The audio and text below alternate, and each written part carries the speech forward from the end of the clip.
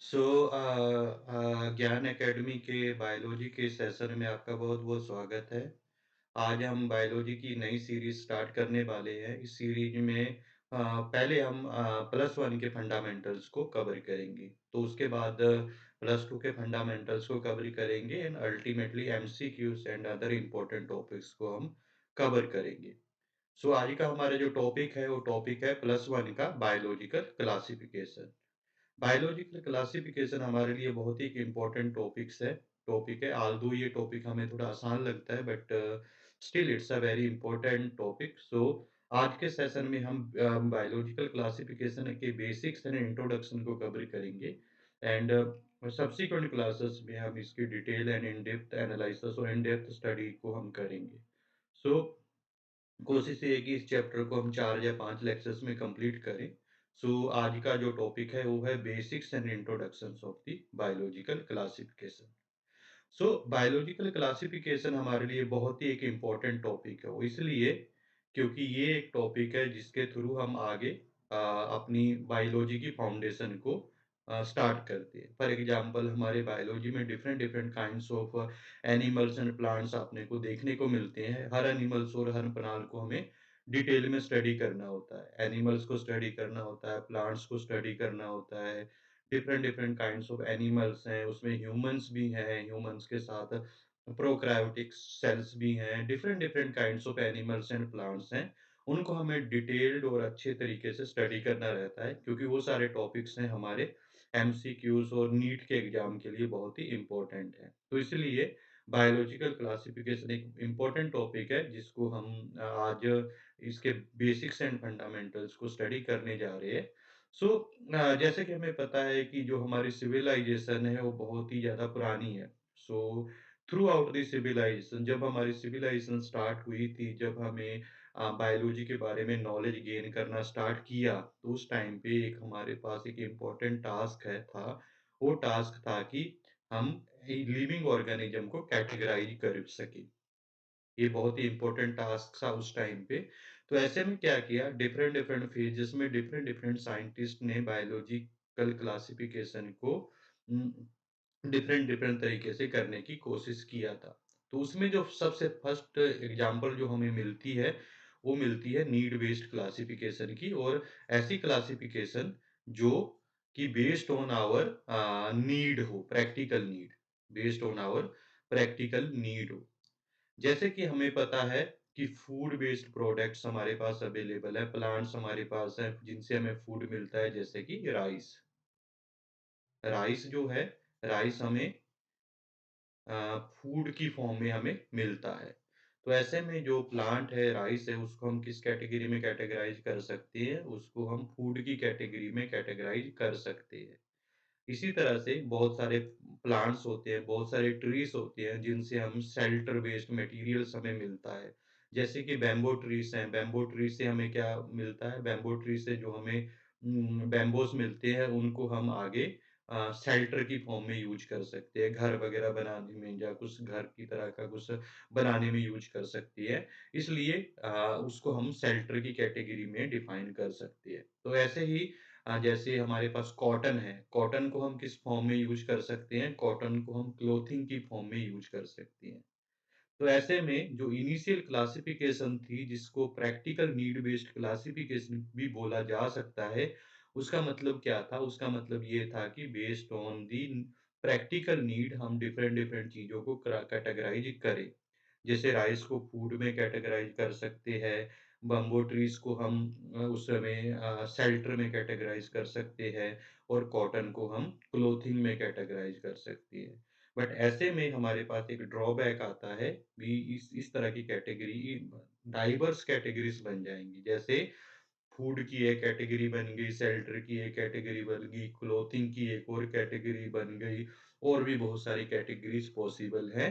तो यहाँ पे इस तरह की क्लासिफिकेशन में कोई भी साइंटिफिक क्राइटेरिया को इंक्लूड नहीं किया गया है। जैसा हमें नीड लगा उस हिसाब से हमने कैटेगराइज़ कर दिया, तो हमें किसी साइंटिफिक क्राइटेरिया को यूज़ ही नहीं किया। तो ऐसे में because of the lack of the scientific criteria, so ये कैटेगरी इस टाइप की क्लासिफिकेशन है, ये आगे ज़्यादा फ्लरिश नहीं हो पाई, आगे ज़्यादा अ आगे ज़्यादा एक्सेप्टेड नहीं हो पाई। तो उसके बाद एक साइंटिस्ट आए जिनका नाम था एरिस्टोटल। एरिस्टोटल ने क्या किया, एरिस्टोटल ने स्टार्ट किया scientific basis of classification system को। उन्होंने क्या किया, उन्होंने साइंटिफिक क्लासिफिकेशन को स्टार्ट किया। तो साइंटिफिक अप्रोच उनकी रही है।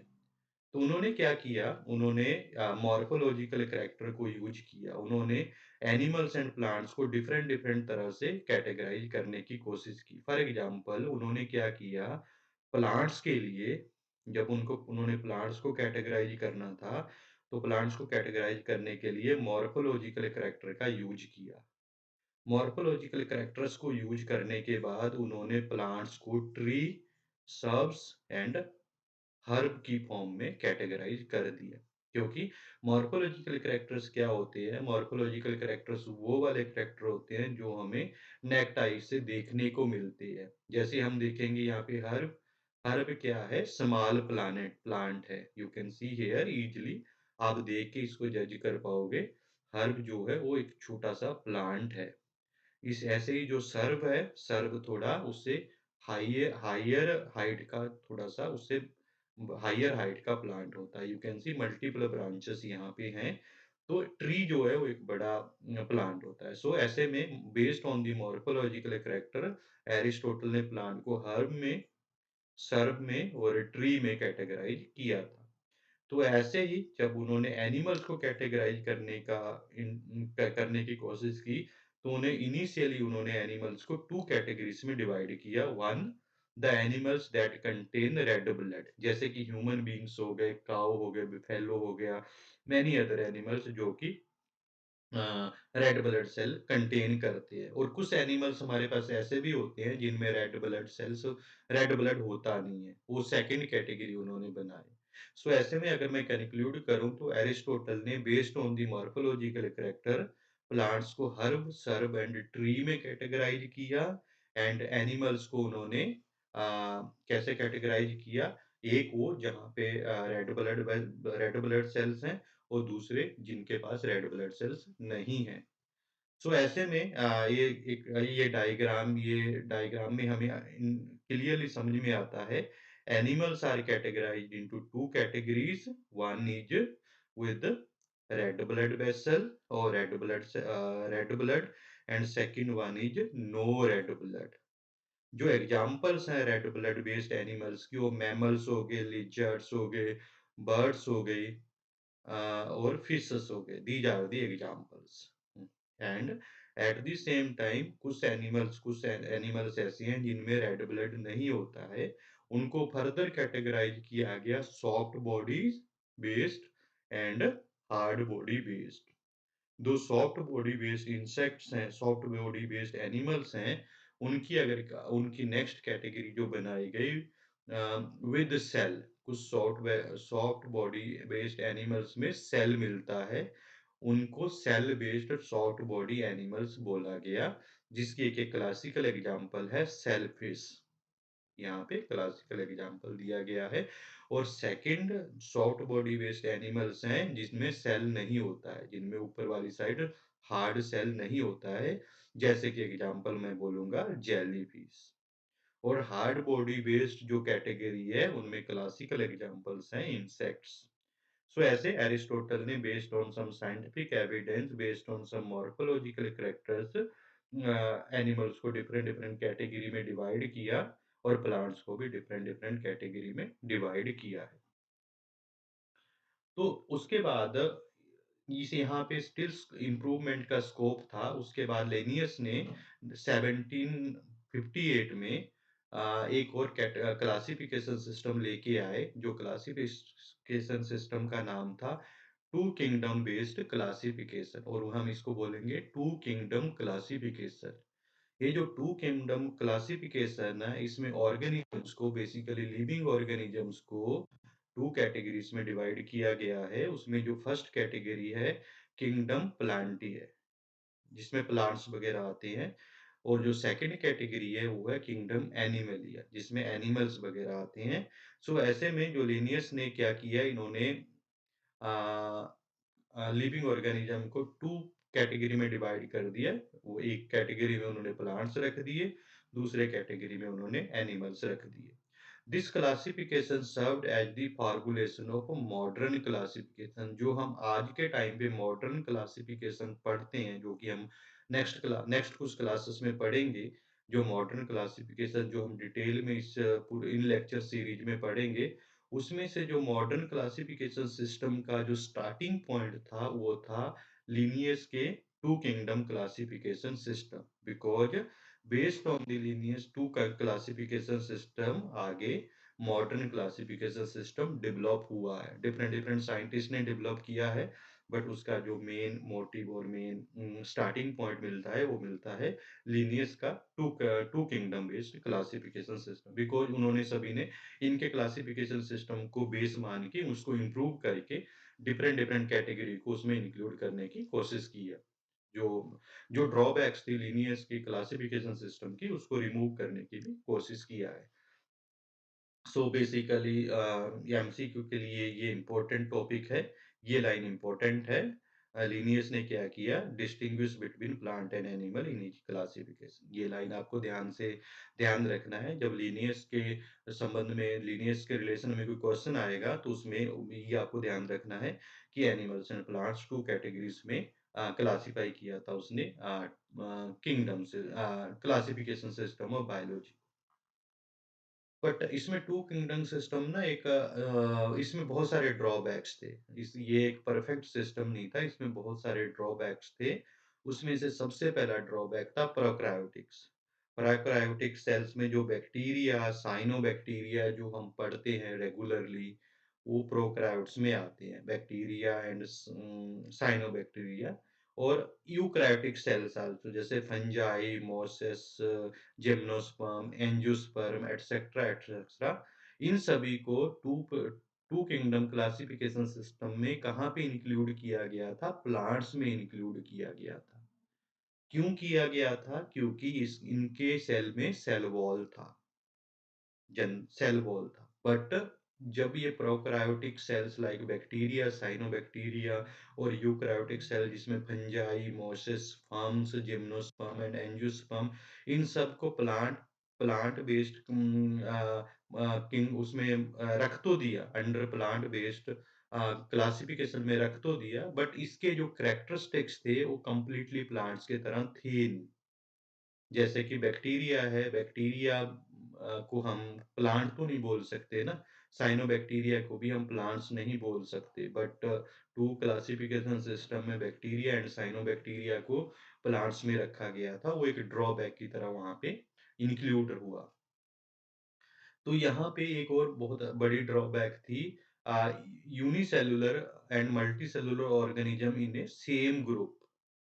जब two kingdom based classification system में यूनिसेलुलर और मल्टीसेलुलर ऑर्गेनिज्म को सेम ही कैटेगरी में रख दिया। ये एक रीजनेबल अप्रोच नहीं है, क्योंकि multicellular organism different kind of organisms होते हैं। यूनिसेलुलर ऑर्गेनिज्म सिंगल सेल वाले ऑर्गेनिज्म अलग डिफरेंट काइंड ऑफ ऑर्गेनिजम्स होते हैं। उन दोनों को एक ही कैटेगरी में रख देना एक अ, सूटेबल फैक्टर नहीं है, तो उनको हमें डिफरेंट डिफरेंट क्लास में ही रखना पड़ेगा। सो यहाँ पे भी एक हमें एक ड्रॉबैक देखने को वहाँ पे मिलता है। So it did not differentiate between heterotrophic fungi and autotrophic green plant. देखो यहाँ पे हेटेरोट्रोपिक फंजाई रहती हैं, जो अपना फूड खुद नहीं बनाती, फोटोसिंथेसिस जो नहीं करती। Similarly autotrophic green fun plants भी होते हैं, जो अपना फूड खुद बनाते हैं। टू तो जो ये two kingdom based classification system है, इन्होंने इन दोनों को भी एक ही ग्रुप में रख दिया। सो ये रीज़नेबल नहीं है। एक फंजाई है जो अपना फूड खुद नहीं बनाती, जो फोटोसिंथेसिस खुद नहीं करते हैं। दूसरा ऑटोट्रोपिक ग्रीन प्लांट्स हैं जिनमें फोटोसिंथेसिस होती है। दोनों को एक ही कैटेगरी में रख देना रीज़नेबल नहीं है। तो इसलिए यहाँ पे ये भी एक ड्रॉबैक की तरह वहाँ पे रिफ्लेक्ट होता है। क्योंकि अगर क्लासिफिकेशन सिस्टम परफेक्ट नहीं होगा, तो उसको हम आगे अच्छे से यूज़ नहीं कर पाएँगे। फॉर एग्ज़ाम्पल आप में से कई लोग नीट के एस्पिरेंट्स होंगे या ड्रग डिस्कवरी में, ड्रग डेवलपमेंट में आगे काम करेंगे। वैसे में अगर आपको प्रोजेक्ट दिया जाएगा जिसमें आपको प्लांट्स के लिए ड्रग बनानी है, तो आप कैसे डिसाइड करोगे भी हेटेरोट्रोपिक प्लांट्स के लिए बनाएँ या ऑटोट्रोपिक के लिए बनाएँ? यानी कि जब तक आपके पास क्लासिफिकेशन सिस्टम परफेक्ट नहीं है, तो आगे आप उसको लेके बहुत सारे रिसर्च एंड डेवलपमेंट के काम, बहुत सारे ट्रीटमेंट के काम अच्छे से नहीं कर पाओगे। इसलिए एक परफेक्ट क्लासिफिकेशन सिस्टम होना बहुत ज़रूरी है क्योंकि उसके बाद आप डिफरेंट डिफरेंट चीज़ें अच्छे से एग्ज़ीक्यूट कर पाओगे। But two kingdom classification system में कुछ इस तरह के ड्रॉबैक्स हमें देखने को मिले। बैक्टीरिया को और साइनोबैक्टीरिया को, यूकैरियोटिक सेल को ये प्लांट्स में रख देना, अ, उसके बाद मल्टी सेलुलर और यूनिसेलुलर ऑर्गेनिज़्म को सेम ग्रुप में रख देना, क्योंकि मल्टी सेलुलर ऑर्गेनिज़्म अलग है, यूनिसेलुलर अलग हैं, दोनों को एक ही ग्रुप में रख दिया। उसके बाद हेटेरोट्रोपिक फंजाई जो कि अपना फूड खुद नहीं बनाती और ऑटोट्रोपिक ग्रीन प्लांट जो अपना खुद फोटोसिंथेसिस करते हैं, उन्हों को भी एक ही ग्रुप में रख दिया। ये सारे ड्रॉबैक्स है वहाँ पे। इसकी वजह से हमारे पास एक स्कोप बनता है और विज्ञान साइंटिस्ट के पास इसके बाद इसलिए स्कोप बचा कि वो नेक्स्ट स्टेप में गए और नेक्स्ट स्टेप में उन्होंने 5 किंगडम क्लासिफिकेशन सिस्टम को इंट्रोड्यूस किया। सो 5 हाँ, जो 5 किंगडम क्लासिफिकेशन सिस्टम है, वो प्रपोज़ किया गया था आर.एच. व्हिटनेकर के द्वारा इन 1969। यहाँ पे क्या हुआ, यहाँ पे पूरे लिविंग ऑर्गेनिज़म्स को 5 कैटेगरीज़ में डिवाइड किया गया। उसमें से फर्स्ट कैटेगरी थी मोनेरा। मोनेरा, मोनेरा कुछ नहीं है, मोनेरा एक क्लास है जिसमें बैक्टीरियाज़ वगैरह इंक्लूड किए गए थे और जो उसकी सेकंड कैटेगरी थी वो थी प्रोटिस्टा। प्रोटिस्टा कुछ नहीं है जिसमें अमीबा वगैरह प्रोटिस्टा में आते हैं और यहाँ पे आप देखोगे फंजाई को एक अलग कैटेगरी में डाल दिया गया है। मोनेरा में वो बैक्टीरियाज़ वगैरह आएँगे जो प्रोकार्योटिक हैं, जिनमें न्यूक्लियस नहीं होता है। प्रोटिस्टा में न्यूक्लियस होने वाले यूनिसेल्युलर ऑर्गेनिज़्म को डाल दो, जैसे अमीबा वगैरह उसमें आ जाएँगे। फंजाई में फंजाइस वगैरह जो फंजाई बेस्ड हेटेरोट्रोपिक जो अपनी 2 क्लासिफिकेशन सिस्टम की प्रॉब्लम थी, वहाँ यहाँ पे सॉल्व हो गई। और उसके बाद जो नेक्स्ट है प्लांटिया और एनिमलिया। प्लांटिया में प्लांट्स को रखा और एनिमल्स को एनिमलिया में रखा। This classification is based on the cell structure, thallus organization, mode of nutrition, reproduction and phylogenetic relationship. ये सारी चीज़ों को ध्यान में रखते हुए इस क्लासिफिकेशन सिस्टम को ऑप्ट किया गया था। इसके बारे में हम सब्सीक्वेंट लेक्चर्स में हम पढ़ेंगे अच्छे से। बट यहाँ पे एक बात बताने वाली, यहाँ पे एक बात डिस्कस करने वाली जो बहुत इम्पोर्टेंट है, वो ये है कि जो मोनेरा, प्रोटिस्टा, फंजाई, प्लांटिया और एनिमलिया, ये जो 5 किंगडम क्लासिफिकेशन सिस्टम है, इसमें बैक्टीरिया को अलग से इंक्लूड कर दिया, अमीबा वगैरह प्रोटिस्टा को अलग से इंक्लूड कर दिया, उसको एक अलग कैटेगरी में डाल दिया, फंजाई को एक अलग कैटेगरी में डाल दिया, क्योंकि हमारे पुराने पिछली वाली स्लाइड में हमने डिस्कस किया था ना हेटेरोट्रोपिक फंजाई और ग्रीन प्लांट्स को एक ही कैटेगरी में डाला हुआ था। 2 क्लासिफिकेशन सिस्टम, यहाँ पे वो प्रॉब्लम भी सॉल्व हो गई और एनिमल्स और प्लांट भी रहे। सो हमें बस ये 5 क्लासिफिकेशन सिस्टम को हमें ध्यान में रखना है। इसमें मोनेरा से जिसमें बैक्टीरिया, प्रोकार्योटिक सेल्स आते हैं। प्रोटिस्टा आपको पता ही है, प्रोटिस्टा में अमीबा जैसे ऑर्गेनिज़म्स आते हैं, इनको हम डिटेल में नेक्स्ट क्लास में पढ़ेंगे। और फंजाई जो है, फंजाई में आपको पता ही है, फंजाई जैसे सिस्टम्स यहाँ पे इंक्लूड किए गए हैं और प्लांटिया और एनिमलिया तो है। सो इस तरह से है। सो आगे हम आज के लेक्चर में हमें थोड़ा इस टेबल को बड़े ध्यान से रखना है कि कैरेक्टरिस्टिक्स ऑफ द 5 किंगडम। सबसे पहले हमें देखना है सेल टाइप। क्योंकि हमें पता है कि लिविंग ऑर्गेनिजम्स जो बने हैं वो सेल से मिलके बने हैं, छोटे-छोटे सेल्स हैं, उससे मिलके लिविंग ऑर्गेनिजम्स बने हैं। तो आप देखोगे मोनेरा में क्या है, सेल टाइप कौन-सा होता है, प्रोकार्योटिक सेल होता है। प्रोकार्योटिक सेल वो सेल होते हैं जिसमें न्यूक्लियस नहीं होता है। सो ऐसे में मोनेरा का जो सेल है वो प्रोकार्योटिक होता है। प्रोटिस्टा का सेल जो है यूकार्योटिक होता है। यूकार्योटिक मतलब उसमें न्यूक्लियस आपको देखने को मिलेगा और मोनेरा में न्यूक्लियस नहीं देखने को मिलेगा। That's why cell type in Monera is prokaryotic one. And at the same time for fungi, Plantae और Animalia in all the 3 cases eukaryotic cell आगे देखने को मिलेगी। सो यहाँ पे मोनेरा सिर्फ प्रोकैरियोटिक सेल को इंक्लूड करता है और बाकी 4 कैटेगरीज़ में यूकैरियोटिक सेल्स आते हैं। और आप देखोगे सेल वॉल की बात करते हैं। सेल वॉल जो मोनेरा में होती है नॉन सेलुलोज सेल वॉल होती है जो कि बनी होती है polysaccharide and amino acids. Cell व मोनेरा में आपको सेल वॉल देखने को मिलेगी। सेल वॉल जो होगी वो पॉलीसैकेराइड प्लस अमीनो एसिड से मिलके बनेगी और सेलुलोज की नहीं होगी, non cellulose based cell wall वहाँ पे होगी। प्रोटिस्टा सेल वॉल आपको कभी-कभी देखने को मिलेगी। हमेशा नहीं, बहुत सारे प्रोटेस्टा के एग्ज़ाम्पल्स ऐसे हैं, जिसमें सेल वॉल नहीं है, वो कुछ में है, तो आपको देखना पड़ेगा, कुछ-कुछ प्रोटेस्टा में आपको सेल वॉल देखने को मिलेगी। जैसे फंजाई है, फंजाई में भी सेल वॉल है, बट इसकी सेल वॉल कंपोज़िशन है ये डिफरेंट है। ये मोनेरा से डिफरेंट है, ये मोनेरा से डिफरेंट है। तो आप देखोगे यूकैरियोटिक सेल में भी जो सेल वॉल है और प्लांटिया में भी सेल वॉल आपको देखने को मिलेगी, बट यहाँ पे सेल वॉल सेलुलोज़ की है। सो ऐसे में अगर एक एमसीक्यू में क्वेश्चन आ जाए what is the difference between the cell wall composition of Monera and Plantae, तो आपको ध्यान से रखना है कि जो मोनेरा की सेल वॉल है उस वो नॉन सेलुलोज होती है, बट जो प्लांटिया की सेल वॉल है वो सेलुलोज होती है। सो इसी तरह से chemical composition of fungal cell wall भी यहाँ पे दिया गया है और यूकैरियोटिक एनिमल बेस्ड सेल्स में सेल वॉल एब्सेंट होती है। तो यहाँ पे 5 5 क्लासिफिकेशन सिस्टम में जो एनिमल या उसमें सेल वॉल आपको देखने को नहीं मिलेगी।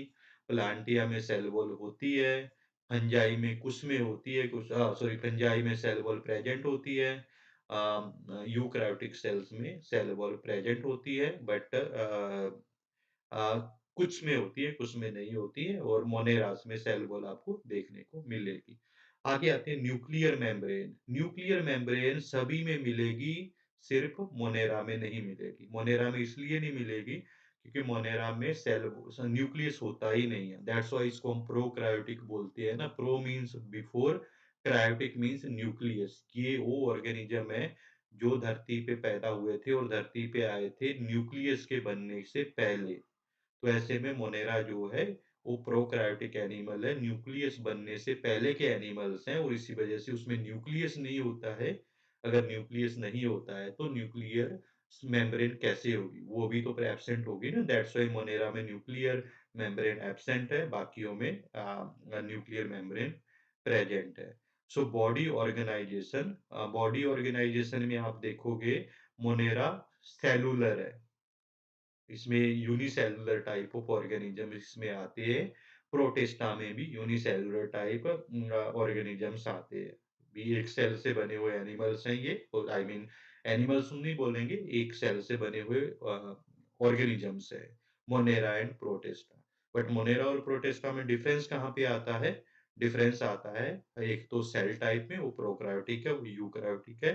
दूसरा उसमें न्यूक्लियस है, उसमें न्यूक्लियस नहीं है, और तीसरा सेल वॉल।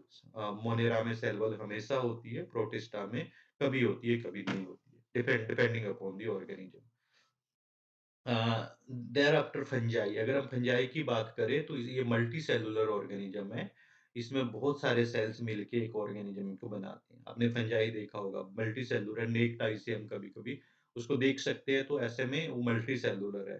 प्लांट्स भी आपको देखा होगा, प्लांट्स भी मल्टी सेलुलर है, इसमें टिश्यू होते हैं, जैसे different different tissue of plants, जैसे जाइलम है, फिलोएम है, डिफरेंट डिफरेंट टिश्यूज अवेलेबल होते हैं प्लांट्स में। सो इस वजह से प्लांट्स भी tissue based multi cellular organism है, जिसमें टिश्यू और ऑर्गन आपको मिलते हैं, जैसे प्लेसेंटा मिलता है और उसके बाद stomata, different different type, I mean stomata मिलता है और डिफरेंट डिफरेंट टाइप लीव्स होते हैं, ब्रांचेस होती हैं, different different type of tissue and organs वहाँ पे अवेलेबल होते हैं प्लांट्स में।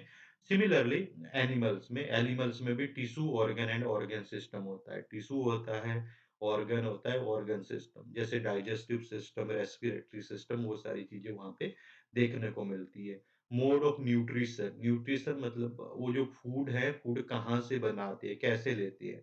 अगर हम मोनेरा की बात करें जिसमें बैक्टीरिया, साइनोबैक्टीरिया और प्रोकार्योटिक सेल्स आते हैं, उसमें मेजॉरिटी ऑफ द टाइम वो मेजॉरिटी नहीं, ऑटोट्रोपिक हो सकते हैं। ऑटोट्रोपिक में क्या होता है अपना फूड खुद बनाते हैं। जैसे फोटोसिंथेसिस आपने 10th में 9th में कहीं पढ़ा होगा फोटोसिंथेसिस। फोटोसिंथेसिस एक प्रोसेस है जिसमें अपना फूड खुद बनाती है। तो मोनेरास कुछ एग्ज़ाम्पल्स मोनेरा की ऐसी हैं जो फोटोसिंथेसिस से फूड बनाते हैं। एक नंबर 1 पॉइंट और उसको हम क्या बोलते हैं ऑटोट्रोपिक। ऑटो मतलब खुद, ट्रोपिक मतलब फूड बनाना बोल दो। तो ऐसे में खुद फूड अपना फूड खुद बनाना ऑटोट्रोपिक में आती है। ऑटोट्रोपिक की सेकंड कैटेगरी जो आती है कीमोट्रैपिक होती है। कीमोट्रैपिक मतलब केमिकल्स का यूज़ करके फूड बनाना। जैसे मैं आपको एक सिंपल एग्ज़ाम्पल दूँ, जो हमारा बैटरीज़ होती है, जो रिमोट की बैटरीज़ और different different kind of batteries और सेल जो हमें मिलते हैं, उसमें केमिकल रिएक्शन से इलेक्ट्रिक एनर्जी बनती है। सिमिलरली कुछ बैक्टीरिया, कुछ मोनेरास ऐसे होते हैं, जो केमिकल रिएक्शन से फूड बनाते हैं। उसकी बॉडी के अंदर कुछ केमिकल रिएक्शंस होती हैं, सल्फर वगैरह का यूज़ करके और अल्टीमेटली वो फूड बना लेती है। आई मीन एटीपी और जो भी रिक्वायरमेंट है वो वहाँ पे प्रोड्यूस कर लेते हैं। मे कहने का मतलब केमिकल रिएक्शन से बॉडी के अंदर केमिकल रिएक्शन हुई, उससे उन्होंने अपना फूड की रिक्वायरमेंट को कंप्लीट कर लिया। तो इसके बारे में डिटेल में हम नेक्स्ट लेक्चर में पढ़ेंगे, बट आपको याद रखना है कि मोनेरा में जो ऑटोट्रोपिक कैटेगरी है, उसमें 2 कैटेगरीज़ आती हैं। वो एक तो है photosynthetic one and second one है कीमोसिंथेटिक जो कि केमिकल रिएक्शन से फूड प्रिपेयर करते हैं।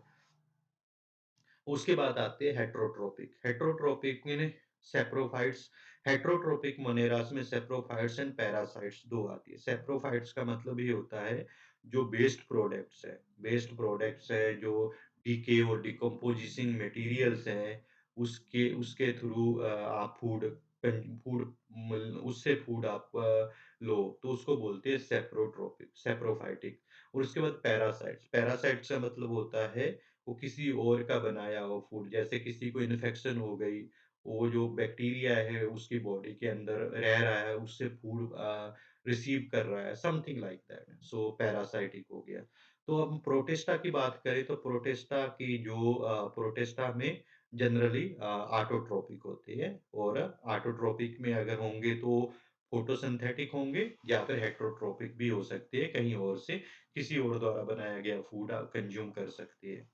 अब उसके साथ अगर हम फंजाई की बात करें, फंजाई में भी आपको ज़्यादातर फंजाई में मैक्सिमम ऑफ द केसेस हेटेरोट्रोपिक आपको देखने को मिलेंगे। हेटेरोट्रोपिक में ये 2 तरह के हो सकते हैं, सैप्रोफाइटिक एंड पैरासाइटिक। सैप्रोफाइटिक मतलब किसी का वेस्ट मटेरियल है, जैसे decomposing material, decaying material, body waste something like that, वहाँ से अपना फूड रिक्वायरमेंट को कंप्लीट कर लेना। और पैरासाइटिक का मतलब किसी और प्लांट के साथ और किसी और ऑर्गेनिजम्स के साथ एसोसिएट होके उसका फूड कंज़्यूम करते रहना। प्लांटिया में ऑटोट्रोपिक होते हैं और आपको पता है प्लांट्स फोटोसिंथेसिस से अपना फूड खुद बनाते हैं, that's why they are autotrophic. यहाँ पे एनिमल्स का आपको पता ही है हेटेरोट्रोपिक होते हैं, होलोजोइक भी होते हैं। जैसे हम फूड में वेजिटेबल्स वगैरह कंज्यूम करते हैं, कुछ होते हैं जो मीट वगैरह कंज्यूम करते हैं, वो सारे किसी और के द्वारा बनाया गया फूड हम कंज्यूम करते हैं। और कुछ एनिमल सैप्रोफाइटिक्स भी होते हैं, जो डिकम्पोज़िशन, डिकेइंग मटेरियल को यूज़ करते हैं। ये क्लासिफिकेशन सिस्टम एक परफेक्ट क्लासिफिकेशन सिस्टम है। इसमें यूकेरियोटिक को प्रोकैरियोटिक से अलग कर दिया, यूनिसेल्युलर ऑर्गेनिज़म्स को मल्टीसेल्युलर ऑर्गेनिज़्म से अलग कर दिया, प्लांट्स को एनिमल से अलग कर दिया। और यहाँ पे आप देखोगे इसको कैटेगराइज़ करने के लिए हमने 5 कैटेगरीज़ को यूज़ किया है। क्या सेल वॉल है या नहीं है, न्यूक्लियर मेम्ब्रेन है या नहीं है। अगर न्यूक्लियर मेम्ब्रेन नहीं है, तो हम सिंपल बोलेंगे ये जो लिविंग ऑर्गेनिज़्म है मोनेरा है। बॉडी ऑर्गेनाइज़ेशन यूनिसेल्युलर है। अगर मैं बोलूँ कि यूनिसेल्युलर है, तो आपको पता होगा या तो ये मोनेरा है या प्रोटिस्टा है, बिकॉज़ फंजाई, प्लांटिया और एनिमलिया जो है वो यूनिसेल्युलर नहीं होते, मल्टीसेल्युलर होती है ना? और अगर मोड ऑफ न्यूट्रिशन में अगर मैं ओनली ऑटोट्रोपिक बोल दूँ, तो आपको क्लियरली पता चलेगा कि प्लांट्स की बात हो रही है।